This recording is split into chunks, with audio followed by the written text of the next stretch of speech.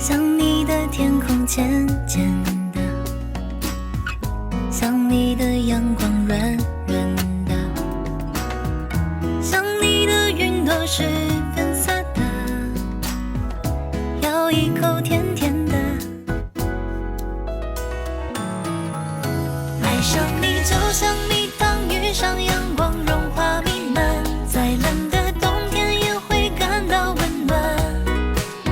爱上你从今天起都只想要你陪伴，甜蜜的小心机都被你看穿，怎么办？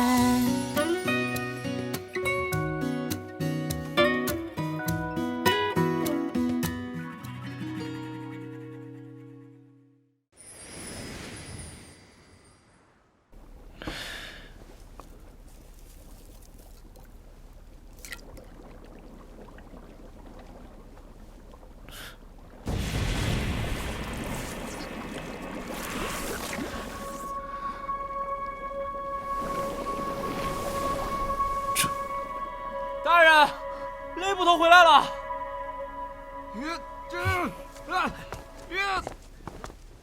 放开我！我要飞天！我要起飞！老大，雷捕头跟发了疯似的，绕着金猪城跑了一圈，半点疲惫都没有。后来他又说宫姑娘喜欢醉仙楼，要把醉仙楼搬到府衙来，这不就把醉仙楼牌匾搬回来了。我要起飞！他要搬你们就让他搬啊！不是我，爷爷，你来了！放开我！我要去醉仙楼，把他们家厨子给你背过来！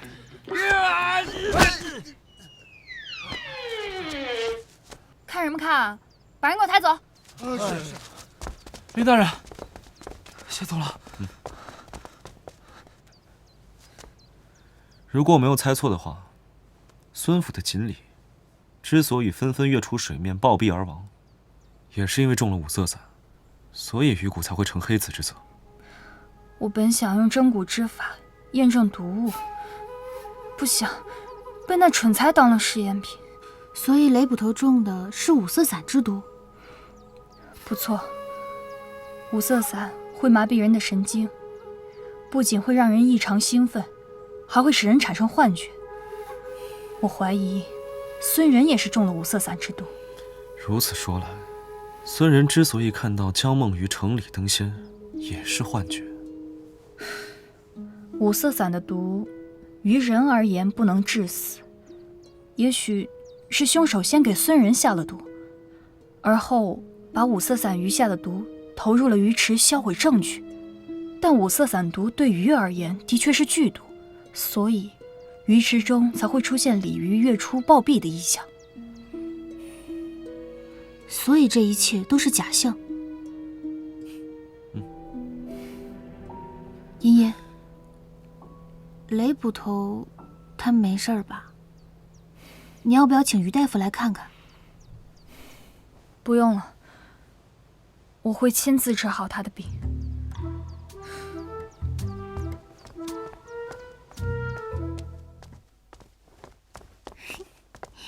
慢点儿，这么高兴？那是自然。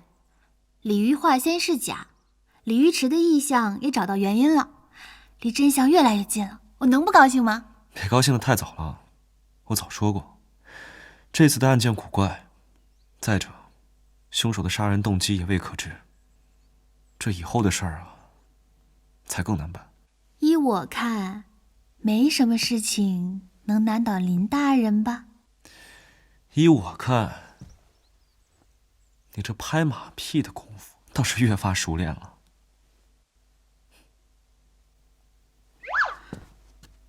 我去看看傅文渊，他一个人容易胡思乱想。不行，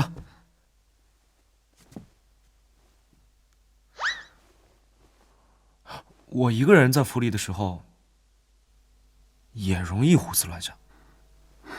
林清秋，你最近越发不对劲了。那你觉得哪里不对劲了？变得和以前一样幼稚。哼。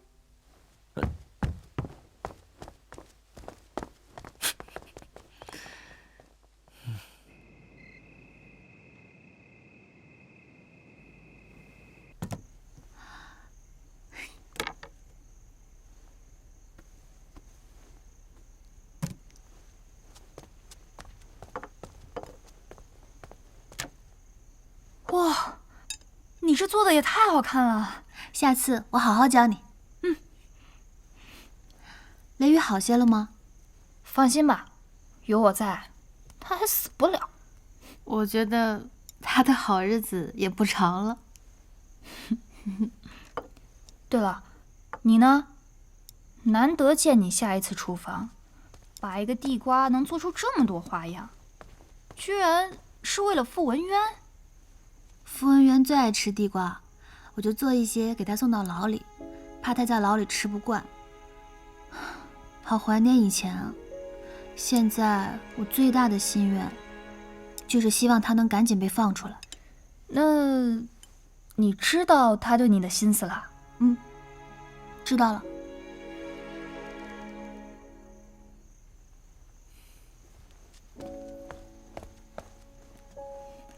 那，你想答应他吗？不，这不可能。他对我而言只是好朋友，哦不，好兄弟。只是现在他身负冤案，经不起双重打击。待他洗清嫌疑出狱，我自会向他将一切都解释清楚。哎呀，看来我表哥得努力了，早将傅文渊救出一日，你就早一日拒绝傅文渊。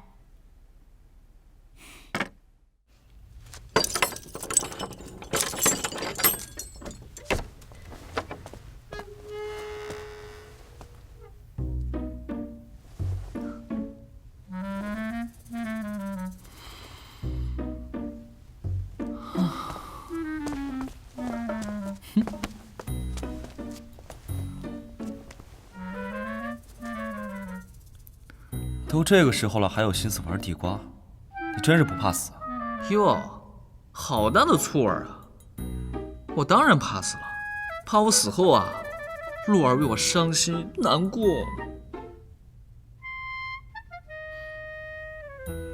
你有吗？人证物证俱在，你死定了。究竟是何人设计陷害我？这就要问问你自己，到底得罪过何人？我得罪的人多了去了，要说是最恨我的嘛，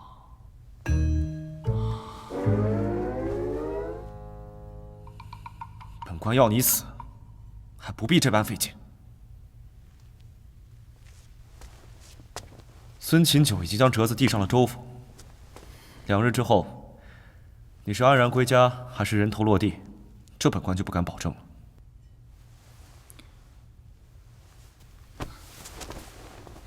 林清秋，如果我难逃一死，我只求你将陆儿与我撇清关系，护他周全。那是自然，本官自会护陆儿周全。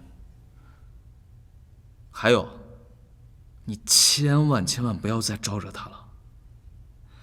虽然陆儿平日里大大咧咧，但是你们2人之间的事情一直都是他的一个心结，跟你在一起只会让他伤心。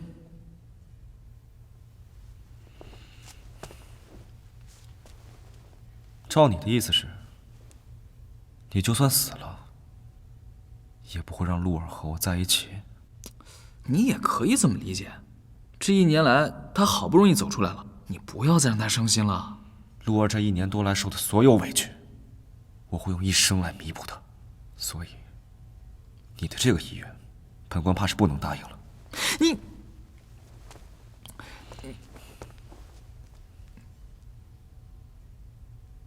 我已命人去找小玉，现在只有他能证明你的清白。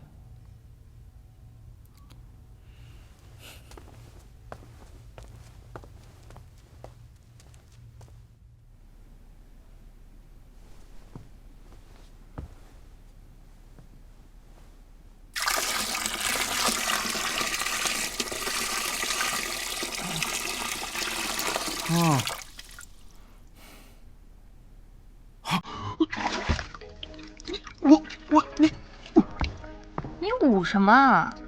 见惯了尸体，你这副皮囊也没什么好看的。我怎么在这儿啊？你中了五色散的毒，我得用药浴帮你把毒素蒸出来。哼，不想死就给我好好待着。原来如此。不过这毒让我中的不痛不痒，我还做了个美梦。梦到什么了？说啊，梦到什么了？梦见了我把醉仙楼的牌匾颁给了你，还梦见了我亲了你一下。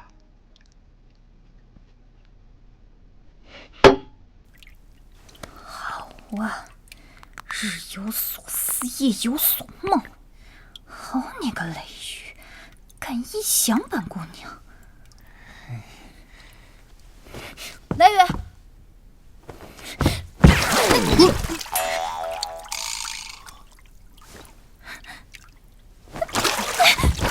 你听我解释，你别打我呀！不是，我不是故意。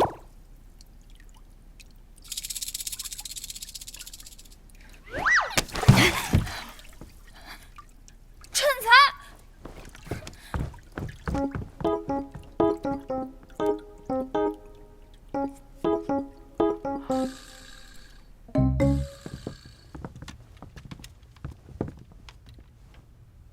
大人，我家小姐送亲路中遇到了山匪，是傅公子救了小姐。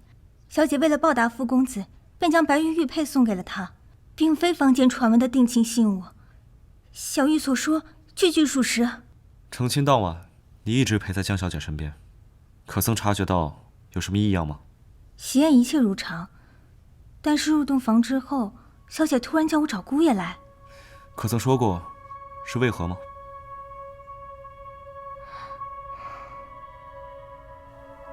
多谢，你可以回去了。是。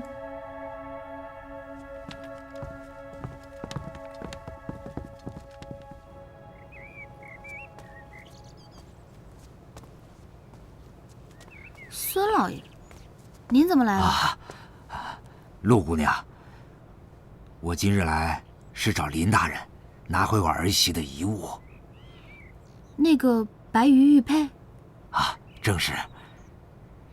眼下凶手已经归案，此物也该物归原主了。即使是物归原主，也应该还给江家才是啊。你懂什么？出嫁从夫，既然嫁到我们孙家，带的所有东西都是我们孙家的。江姑娘还没下葬，且真凶尚未落网，孙老爷倒是着急起江家的嫁妆了。请陆姑娘海涵，我只是心疼我儿，思念亡妻成疾，想取回白玉玉佩，让她睹物思人。可是我们昨天才见了孙人，他怎么没来向我们索要？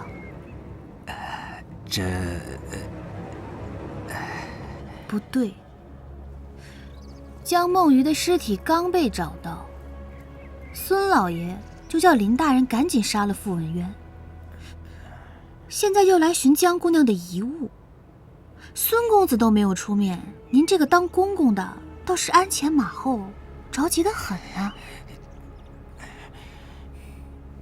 莫非这其中是有什么隐情？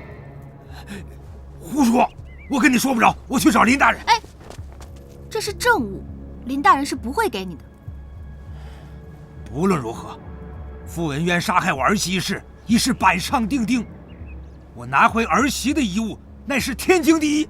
那块玉佩，你们早晚得还给我。哼！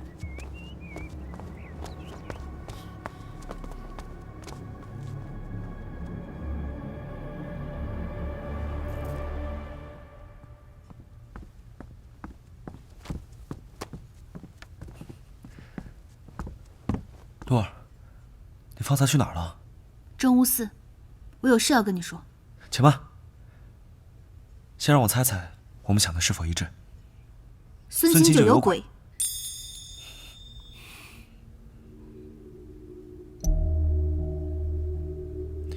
你方才去正悟寺，就是为了去找他？没错。孙清九着急处死傅文渊的时候，我就觉得可疑。如今又急不可耐的来要嫁妆，我怀疑他就是冲着这枚玉佩来的。江梦鱼的丫鬟小玉证实了两人并无私情，而孙琴九用通过这白玉玉佩一口咬定二人必有私情。回想当初，也是他强塞给了傅文渊一个合理的杀人动机。对了，方才我正要去政务司，没想到你把他带来了。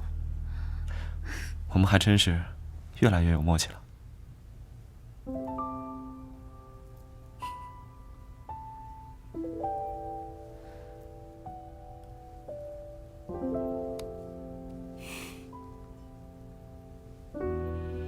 我的意思是，把玉佩给我。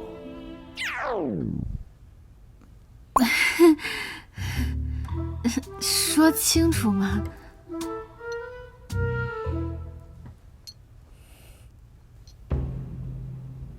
怎么样？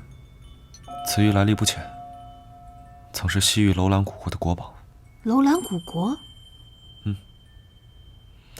此玉为双鱼玉佩，一墨一白。白玉取自天山雪域，而墨玉取自龙穴地卵。多年前，西域楼兰为与我国交好，曾将其中的墨玉玉佩献给我朝，而先帝又将其赐给季太师。季太师是谁？一个落马的大贪官。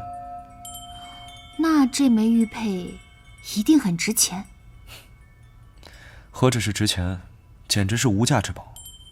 传闻中，只要双玉合并，便能找到传说中的绝世宝藏。若是得到宝藏，或许可以改变天下诸国的局势。哦，原来是这样。对了，还有一事蹊跷。小玉方才说过，在喜宴当晚，江梦鱼曾多次催促他，将尚在喜宴中宴客的孙人叫回去。江梦鱼为何要这么做？当晚他一定是知道了什么。看来我们有必要去孙府一趟了。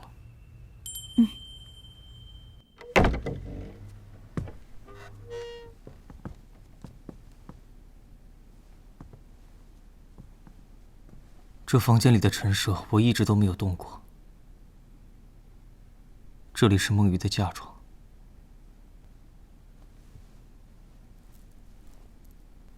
不知孙公子可否认得此物？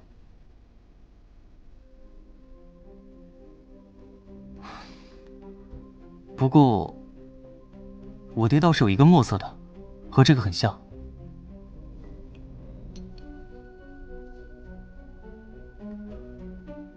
我家娘子的东西都在这里了，二位请自便。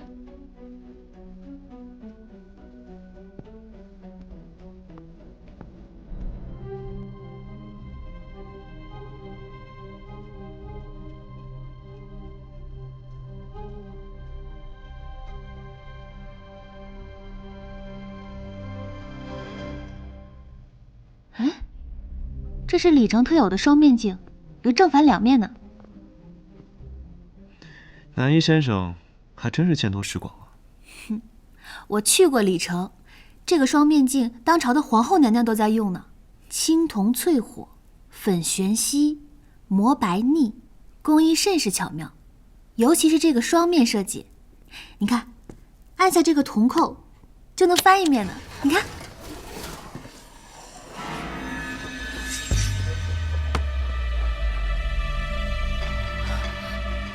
孙琴九已报寿，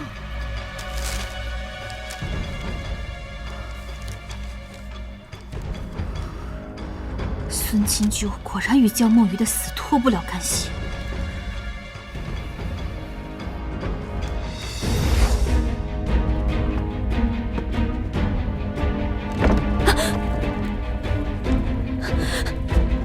干什么？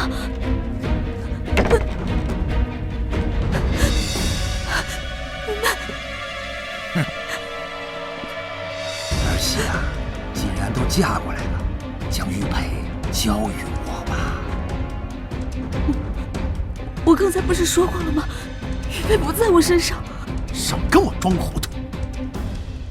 快把白玉玉佩交出来！玉佩真的不在我身上。快交出来！打死！交出来！快把玉佩救出来！打死你！交不交？交不交？快给我交出来！交不交？交不交？交不交？玉佩真的不在我身上。交不交？交不交？交不交？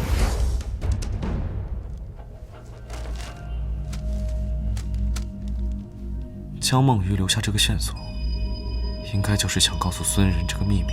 可是，包胜不是茶馆老板吗？怎么和孙琴九关系如此密切？包胜一案尚有诸多疑点，到底是何人多此一举将包胜塞进棺材，再嫁祸于你，还未可知。当务之急就是马上找到孙琴九。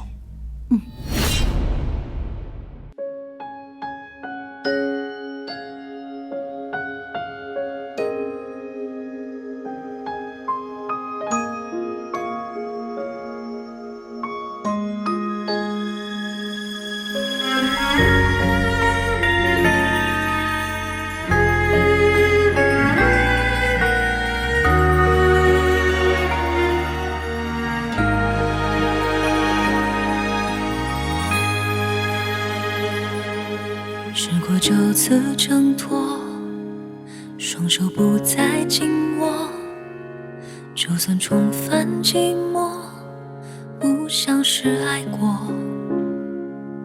记忆不再更新，停止你的消息，选择忘记，全是故意。试过接受蹉跎，假装比你洒脱，干脆闭上眼睛，不看那个我，直到快分不清，爱你是真是戏，骗过了时间，骗不过自己。我想我会明白，不会再去依赖，只能在记忆里去画爱我的一个你。这离别太儿戏，道别的每一句，对爱懦弱的那个人不是我，是你。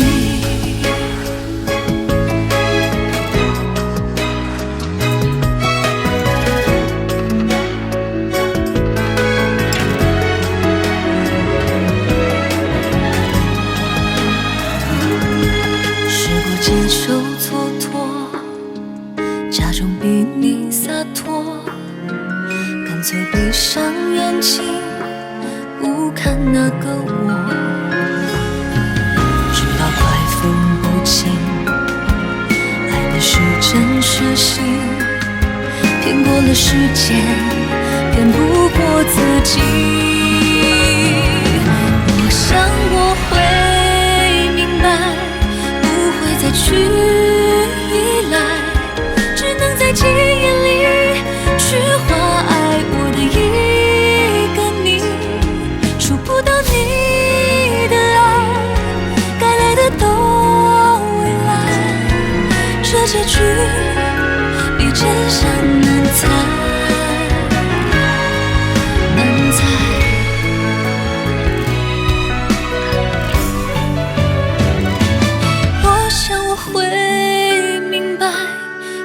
会再去依赖，只能在记忆里去画爱我的一个你。这离别太儿戏，